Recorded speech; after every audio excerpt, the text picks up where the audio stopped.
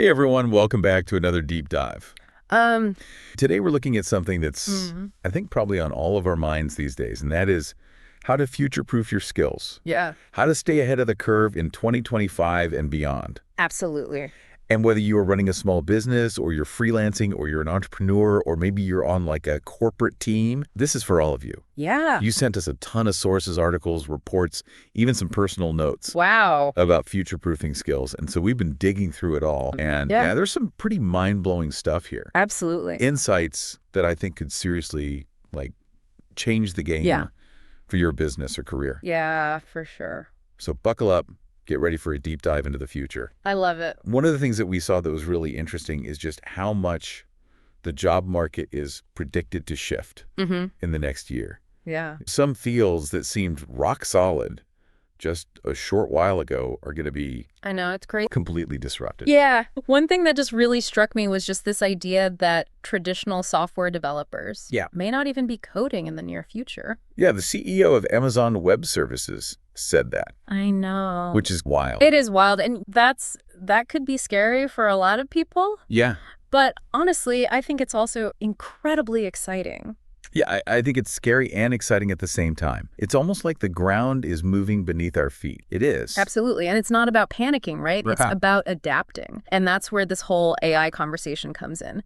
The real takeaway here is that we all need to start thinking about how we can leverage these AI tools to our advantage. Yeah. And the good news is you don't really need to be a tech genius to do that. Anyone can learn how to integrate these tools into their workflow. Yeah, there's this thing called prompt engineering that's becoming Yeah. really important, Exactly. which is basically you're giving clear instructions and context Yeah. to AI models so they can do what you need them to do. It's like teaching a super smart computer how to be your assistant. Yeah, that's a great analogy. And it highlights a bigger point, I think, about the future of work in general, Totally. which is the ability to learn and adapt quickly Mm-hmm. is going to be huge. Absolutely. If you can master new technologies and apply them Yeah. to solve problems, Yeah. create value, Yeah. you're going to be so far ahead of the game. It's like having a superpower. Before we move on, though, if you're finding this deep dive helpful so far, hit that like button Do it. and share this with someone who maybe needs a little 2025 boost. Share the love, spread the knowledge. Okay, so Yeah. we've talked about adapting. We have to acknowledge, though, I think, Yes. this challenge that we're all facing. Yeah. And that is, Shrinking attention span. We saw this research that showed attention spans have been declining for years, yeah, especially in this digital age. it's like we're all goldfish Yeah. in a digital ocean, Uh, just bombarded with information Totally. from every direction. It's true. It can be tough to focus, Mm-hmm. to really absorb new information. I know. And we're constantly being pulled in a million different directions. Yeah, it's a real struggle, but I think it's also an opportunity. The people who can cultivate focus and learn effectively in this environment are going to have a serious advantage. Yeah, so true. We know the landscape is changing. We know we need to adapt, but where do we even start? That's a great question. One thing that we saw a lot of emphasis on was building a strong online presence. Oh, for sure. It seems like having a platform where you can share your expertise and connect with potential clients Yeah. or employers is crucial. Absolutely. Think YouTube, Instagram, LinkedIn, those kinds of spaces. It's fascinating to see how companies are investing so heavily in content creation these days. They're realizing the power of video and social media and authentic storytelling to connect with their audiences. So basically, creating video content Yeah, is becoming a must-have skill. it really is. Even if you don't feel comfortable on camera, Yeah. trust me, it gets easier with practice. Yeah, for sure. And think about all the other skills that are involved with content creation. Totally. You have writing, you have research, you have editing. Those are all valuable, transferable skills that can open doors for you. Yeah, those are Absolutely. skills with a really high potential return on investment. I agree. Now let's get back to AI for a minute. One of the articles that we read broke down the impact of AI into three main areas: niche expert work, applying existing AI models, and using readily available AI tools. And I think for most of us, Yeah. especially like small business owners, freelancers, entrepreneurs, the most accessible and potentially lucrative opportunities are going to be in that last category, using and integrating existing AI tools. Totally. It's all about finding the right tools for the job and figuring out how to incorporate them into your workflow. And we saw a lot of discussion, too, about the rise of startups, agencies, small businesses For sure. in this new landscape, it seems like there's a lot of opportunity for people who are willing to be innovative and agile. That's a really important point. And if we zoom out a little bit, it really highlights the importance of understanding those core business principles. Things like supply and demand pricing negotiation, how to scale a business, Yeah. how to build a team. These are timeless skills. They are timeless. That will be relevant no matter what technology throws at us. Absolutely. Exactly. And it's not just about having the technical skills. It's Yeah. about understanding the business side of things. Yes. And how to position yourself for success. Yes. Speaking of positioning yourself, we read this fascinating example about how creative agencies Yeah. are getting paid significantly more by U.S.-based clients and companies Oh. compared to individual clients in, say, India, which is a really good reminder to think strategically about your pricing and who your ideal clients are. Absolutely. Yeah. And that's what this whole deep dive is about, giving you those actionable insights that you can apply right away. Exactly. Now, I know we're all busy, so Yeah. let's dive into some of the specific technologies that are predicted to be in high demand in 2025. We read about several, including multimodal AI development, quantum-ready programming, extended reality, edge AI, and advanced LLM operations. I know that sounds like a lot, but don't worry, we're going to break it all down for you. So first up, multimodal AI development. What does that even mean, right? Think about it this way. Your smartphone Okay. can already understand your voice, read text, recognize faces. That's a very basic form of multimodal AI. But in 2025, these AI systems are going to be far more advanced. They'll be able to process information from multiple sources at the same time, much like our brains do. It's like AI is getting a serious upgrade. Yeah, it's getting an upgrade. So can you give us an example of how this is being used in the real world? Yeah, so we learned that BMW is actually using multimodal AI in their factories. Oh, wow. They have this system that uses cameras to detect defects microphones, to listen for strange engine sounds, and it simultaneously analyzes tons of maintenance logs. Wow. So this AI system can predict potential failures with incredible accuracy. That's amazing. Yeah, I bet that saves them it does. a ton of money and headaches. Totally. Okay, so multimodal AI check. Yeah. What about this quantum-ready programming? Okay. Now that sounds ready? like something straight out of Star Trek. It does, right? It sounds futuristic. Yeah. But quantum computers are really becoming a reality. Yeah. And they have the potential to revolutionize tons of industries. But what does it mean to be quantum ready? Yeah, what does that mean? It basically means understanding how to write code that can run on these incredibly powerful quantum computers. Got it. Okay. I'm starting to see why this is a big deal. Yeah. But do you have a real-world example of how this is being used? Yeah, absolutely. So Moderna, Okay. the company that makes vaccines, Yeah. is using quantum computers to simulate how proteins fold, Oh, wow. which helps them design and test vaccines much faster. So it's not just theoretical. Yeah. No, it's not just theoretical. This is actually being used It's to happening. develop life-saving medicines. Yeah. That's incredible. It is incredible. And it really just goes to show how much potential quantum computing has to solve these really complex problems that we can't even tackle with traditional computers. Yeah. Okay, multimodal AI quantum-ready programming. Yeah. Got it. We're checking them off the list. What's next? Okay, next up is extended reality, which includes both virtual reality, VR, and augmented reality, AR. VR and AR. Yeah. I've heard about those. VR is like those headsets that make you feel like you're in a different world, right? Exactly. And AR is when you see like digital stuff overlaid on the real world, like in those Pokemon Go games a few years ago. Exactly. And extended reality is really evolving so rapidly. Yeah. It's moving beyond just gaming and entertainment into tons of practical applications. Like what? Give us an example. Okay, so IKEA Okay. is using AR to change how we buy furniture. Imagine being able to use your phone to see what a virtual couch would look like in your living room Right. before you even buy it. That's genius. Yeah, it's pretty. I can totally see how that would cut down on returns and make everyone's life easier. It does. Does it actually work? Yeah, so IKEA's returns have dropped by 40% Wow. since they started using this technology. So extended reality, definitely something to keep an eye on. Yeah, it is. But what about edge AI? Edge AI. Okay. That was a bit of a mystery to me. Yeah. What's that all about? So Edge AI is all about bringing AI closer to the source of the data Okay. instead of relying on a central cloud server. Okay. So think about devices like smartwatches, factory robots, even self-driving cars.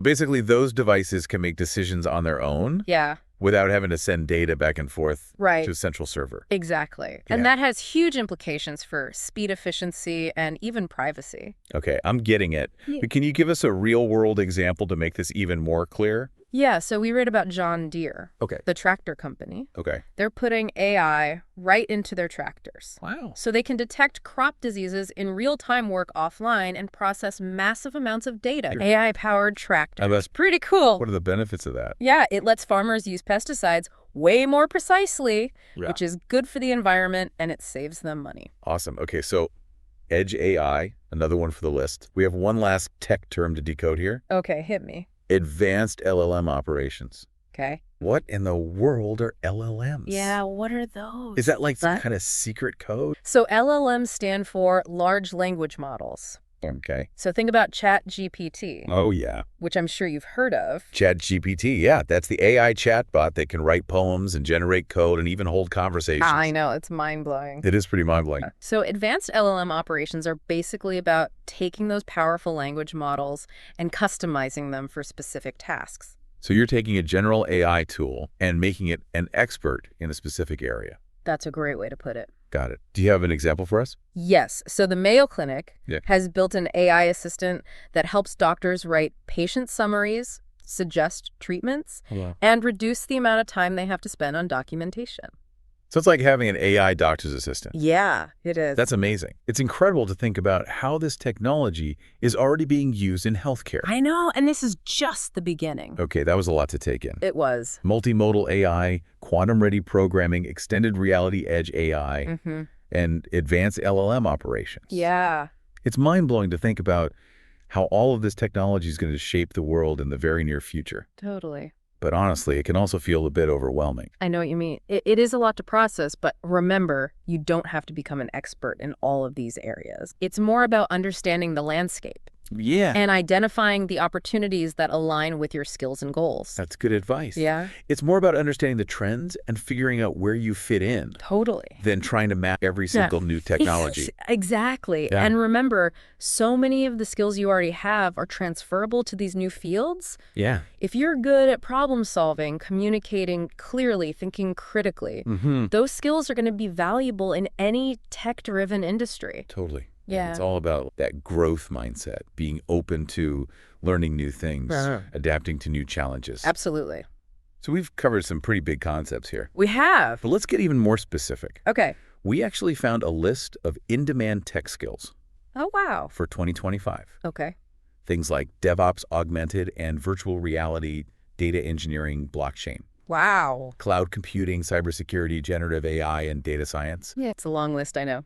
But the key takeaway here is to not feel overwhelmed. Yeah. Just focus on what resonates with you. Yeah. If you're passionate about dive into data science or data engineering, if you're fascinated by AI, explore generative AI or machine learning. It's about finding your niche and building your expertise in an area that really excites you. Totally. And tech is always evolving. So what's hot today might be different tomorrow. Yeah, that's true. What's important is to build that solid foundation Yeah? in the core principles The fundamentals. and be willing to adapt right. as new technologies emerge. I totally agree. A strong foundation and a willingness to learn those are the real superpowers in this fast-changing world.